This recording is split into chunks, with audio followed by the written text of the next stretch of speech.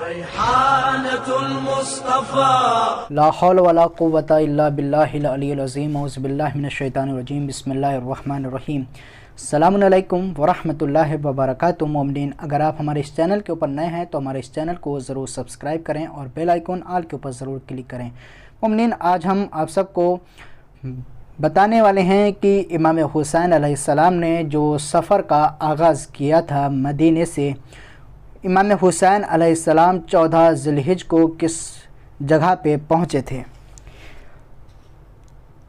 ذات عرق عین کے زیر اور راکے کے سکون کے ساتھ نجد اور تہامہ کے درمیان ایک جگہ کا نام ہے، جیسے کہ وادی عقیق کے ذیل میں بتایا جا چکا ہے کہ یہ جگہ اہل عراق کے عازمین کا میقات ہے۔ یہاں پر آپ 14 ذی الحجہ بروز پیر پہنچے اور اس جگہ پر بشر بن غالب نے جو عراق سے آ رہا تھا امام علیہ السلام سے ملاقات کی۔ ابن نما نے نقل کیا ہے کہ حضرت امام علی مقام علیہ السلام نے اس سے عراق کے حالات دریافت کیے تو اس نے عرض کیا، وہاں کے لوگوں کے دل آپ کے ساتھ مگر تلواریں بنی امیہ کے ساتھ ہیں۔ یہ سن کر امام فرماتے ہیں کہ صدقہ اخو بنی اسد ان اللہ یفعل ما یشاء و یحکم ما یرید۔ تو امام فرماتے ہیں کہ برادر تم نے سچ کہا ہے، یقیناً خدا جو چاہتا ہے کرتا ہے اور جو ارادہ کرتا ہے کہ اس کے مطابق فیصلہ کرتا ہے۔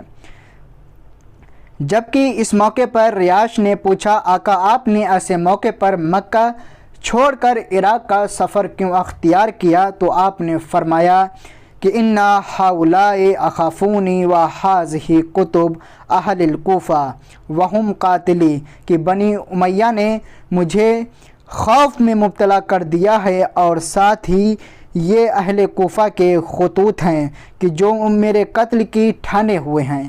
اس کے بعد امام ارشاد فرماتے ہیں فَإِذَا فَعَلُوا ذَلِكَ وَلَمْ يَدْعُوا للہ محرما۔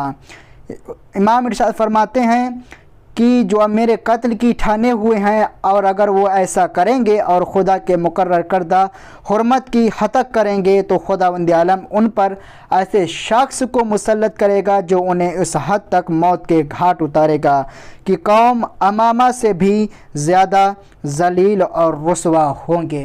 تو مومنین، یہ 14 ذی الحجہ کو امام حسین علیہ السلام اس مقام پہ پہنچے تھے اور آپ نے یہ فرمایا تھا۔ مومنین، اس ویڈیو کو دوسرے مومنین کو ضرور شیئر کریں تاکہ امام حسین علیہ السلام کے حالت سفر سے تمام مومنین واقف ہو سکیں۔ فقط والسلام ورحمۃ اللہ وبرکاتہ۔